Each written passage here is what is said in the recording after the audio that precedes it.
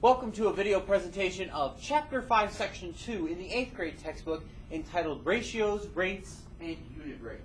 So we're continuing down the path of what we started yesterday, keeping in mind that the reason we're looking at this is because we're eventually going to be heading towards the idea of slope, which is probably the most important ratio we can think of when we're talking about algebra and skills of algebra. So we have to make sure we have a firm understanding of our ratios, and that's what they're going to work with on us today. So we have definition of a rate. That's a comparison of two quantities that have different units. A comparison of two quantities that have different units.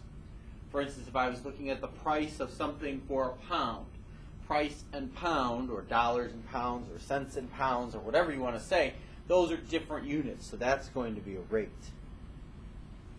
Unit rate is a rate in which the second quantity in the comparison is 1. If you want me to say that in a little bit different way, I can say when we write the fraction there, we're going to reduce that fraction such that the bottom number becomes 1. Again, a unit rate is a rate in which the second quantity in the comparison is 1. And then the unit price, a very similar idea. That's a unit rate used to compare the price per item. So if we're buying a box of 200 pencils, we're going to figure out the cost of what one pencil is, and that's the unit price. Again, a rate is a comparison of two quantities that have different units. A unit rate is a rate in which the second quantity in the comparison is 1. And the unit price is a unit rate used to compare price per item.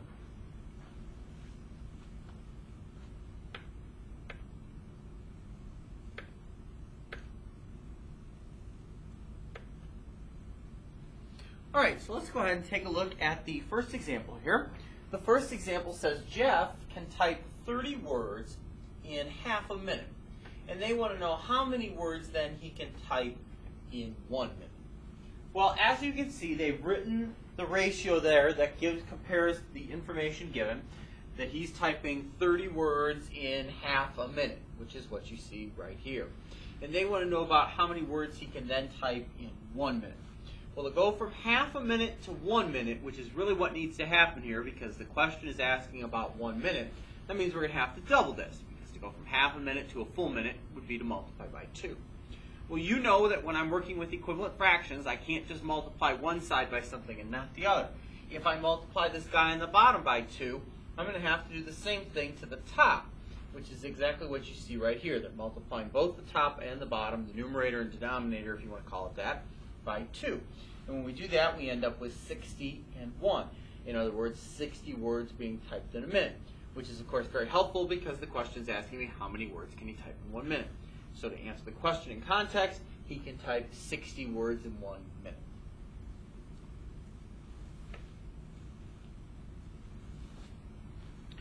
All right, let's go ahead and continue on to example number 2.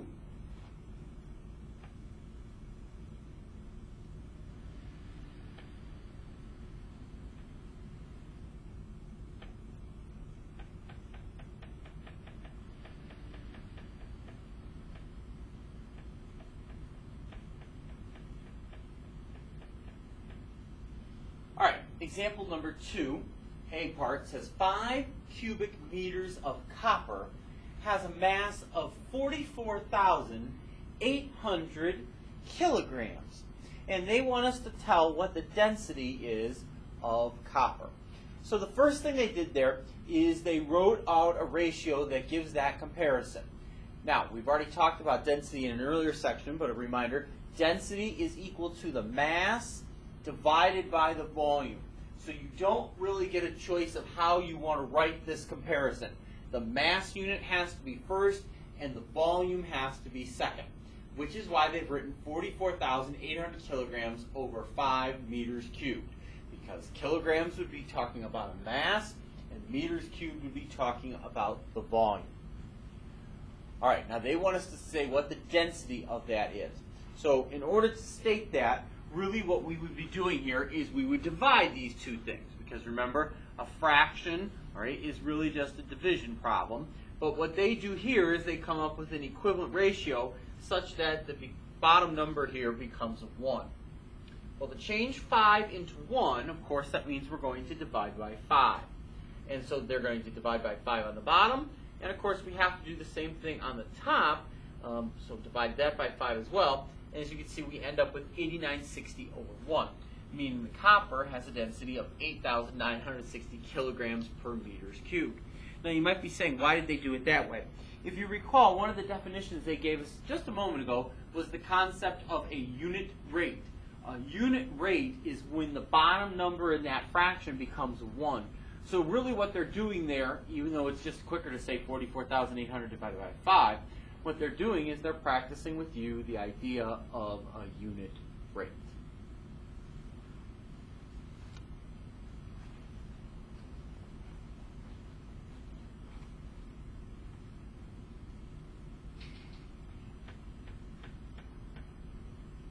All right, let's go ahead and take a look at number 3. It says, driver is competing in a 500-mile auto race. In the first 2 hours of the race, the driver travels 356 miles. And they want to know what the driver's average speed is. So the speed in this country, miles per hour. So that's where your unit rate comes into play here. If we're talking about miles per hour, we're really talking about miles per 1 hour. The second number in that comparison is 1. And that's what a unit rate is. It's when the second number in the comparison becomes a 1. So we're talking about unit rates here. Now the first thing you see is R equals dt. Rate is equal to the distance divided by the time. That's a manipulation of a formula you've already seen. Distance equals rate times time. They've solved that for R, meaning to get R by itself. Usually we think of solving an equation with numbers in there somewhere and some variables. This is all variables, but you do the same thing. Right? If you want to get R by itself, when it's D equals RT, you flip the sides and then you divide out the T, divide out the T out of D, and that's how you find out that R is equal to D divided by T, which again simply means that the rate is equal to the distance divided by the time.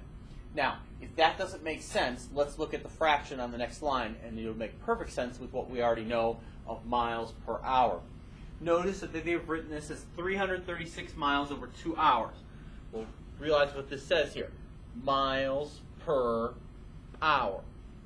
It has to be that way because that's the way we measure speed. Right? The car speedometer doesn't say hours per mile. It says miles per hour. That's exactly what it means. It would be miles divided by the hours. Right? That's what we're doing right here. Now, true, right now this says 336 over 2, and the car doesn't measure it in 2 hours, it measures it in 1 hour. But again, this is where we're going to take the unit rate. Again, looking at the formula, they did the distance divided by the time, 336 miles over 2 hours, which again makes sense because it's miles per hour. And then since I want this bottom number to become a 1, I'm going to chop 2 out of the top and the bottom. Now, they don't actually show that here, but that's what they did. They did say over here on the right side that they are dividing by 2.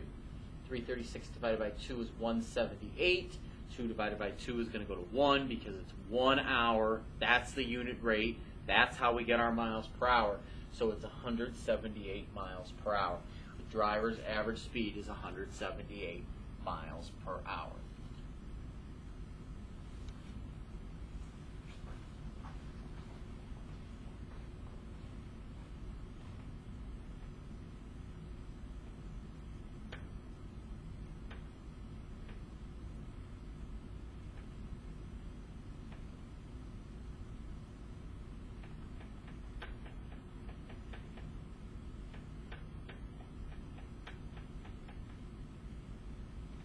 All right, here's number 4. Now here, we're going to be talking about that idea of a unit price here, which was another term we defined.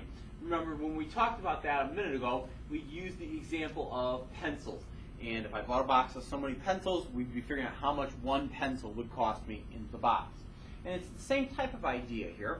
It says Jamie can buy a 15-ounce jar of peanut butter for $2.19 or a 20-ounce jar for $2.78.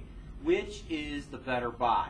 So what they're really asking us here is to figure out the cost of just 1 ounce. Now I understand that it's only 1 jar of peanut butter, but in order to look at the prices, you're going to look at it and say, well, here's the small jar, here's the big jar, which one's cheaper?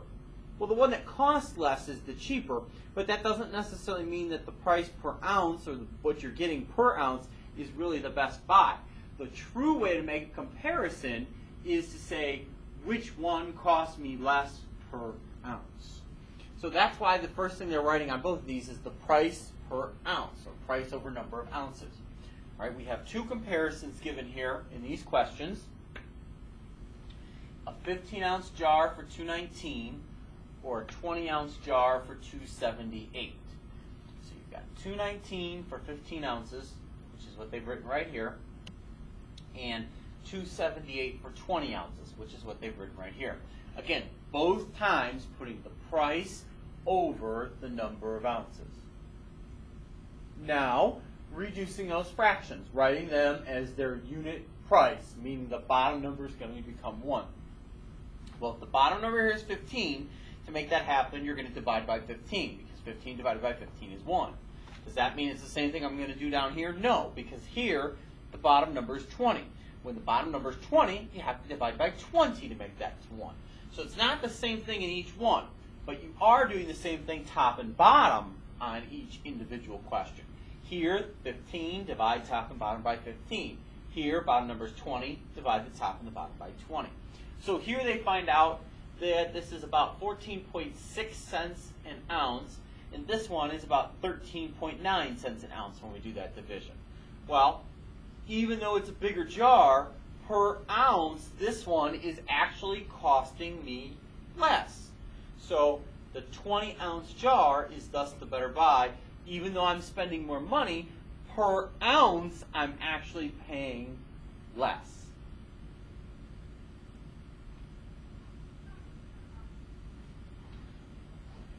All right, so let's go ahead and finish this up here with the check it out examples. Number 1 says Heidi can type 90 words in 3 minutes. How many words can she type in 1 minute? So again, that's more of the unit rate. We're going to write a fraction such that the bottom number becomes 1 here. So let's go ahead and do that.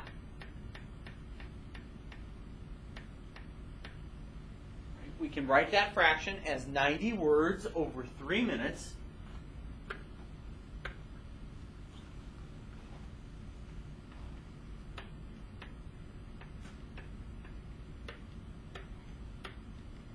And again, the goal here is that the bottom number becomes a 1. Well, to make the bottom number become a 1, that would imply that I have to divide by 3. So I've got 90 divided by 3, which is 30. So we end up with 30 words a minute. 30 divided by 1 is 30, which is what they're writing right here. One thing you want to be careful of, the book takes care of it by writing units, but if you're not going to write units, you want to make sure when they're asking you to write a ratio or rate, unless you're going to give the words per minute label or whatever, write your answer as a ratio. That is utmost important. If they're asking for a ratio, we give them a ratio. It would be like saying reduce the fraction. You say, hey, I'm not going to reduce the fraction. It's the same thing. Right? If they're asking you for a ratio, the answer has to be a ratio. The only way they can get around it is by putting the labels on it here, which would address the ratio directly. Number 2, 7 cubic meters of bronze has a mass of 58,100 kilograms. What is the density of bronze? Well, remember, again, density is equal to mass divided by volume. It's like spending a day at the DMV. Density equals mass divided by volume. That's a good way to remember that. We've talked about that already. All right, so the mass is 58,100. And the volume, that was back here in the beginning, 7. So my goal is to figure out that division-wise, which is, again, talking really about a unit rate, making the bottom number become a 1. Well, to do that, we'd be dividing the top and the bottom by 7 here. Well, 7 divided by 7, that's 1. That's what's going to happen. 58,100 divided by 7, you already know where this is going because you see the answer. It's 8,300. So it's 8,300, in this case, kilograms per cubic meter, or 8,300 kilograms per meter cube, whichever way you want to write it, being the solution for finding the density of bronze. A runner is running a 26-mile marathon. In the first 3 hours of the race, the runner travels 22.5 miles. what is the runner's average speed? Now, what's confusing about this question, if anything, is that they've given us 3 numbers. And really, it's all about us figuring out what number we don't need. Remember, speed, as we saw a minute ago, is equal to distance divided by the time. Right? We did 22.5 miles in 3 hours. So the fact that it's a 26-mile marathon, that's the extraneous piece of information. That's what I didn't need to know in the first place. I need the 22.5 miles and the 3 hours. I'm going to write that comparison, again, that exact way. The distance, 22.5 miles, divided by the time, 3 hours. So 22.5 over 3.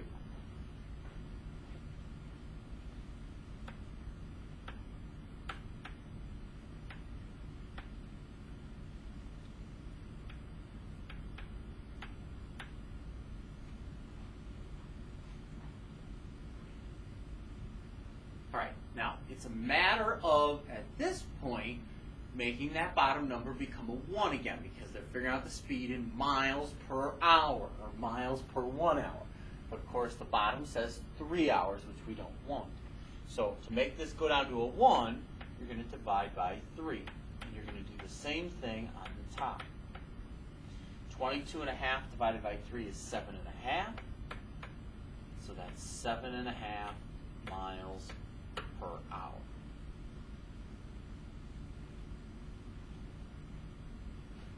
All right, let's finish this up by talking about that idea of a unit price again. Erasers can be purchased in a 10-pack for $2.40 or a 15-pack for $3.55. Which is the better buy? So this is a lot more like the example I gave in the beginning than the question we did earlier about the peanut butter and the ounces per jar. We get 10 erasers in a pack for $2.40. We're going to figure out how much each eraser in that pack is really costing me. And then we get spend $3.55 for 15 erasers. And we're going to figure out how much each eraser in that pack is really costing me. So, $2.40 for 10.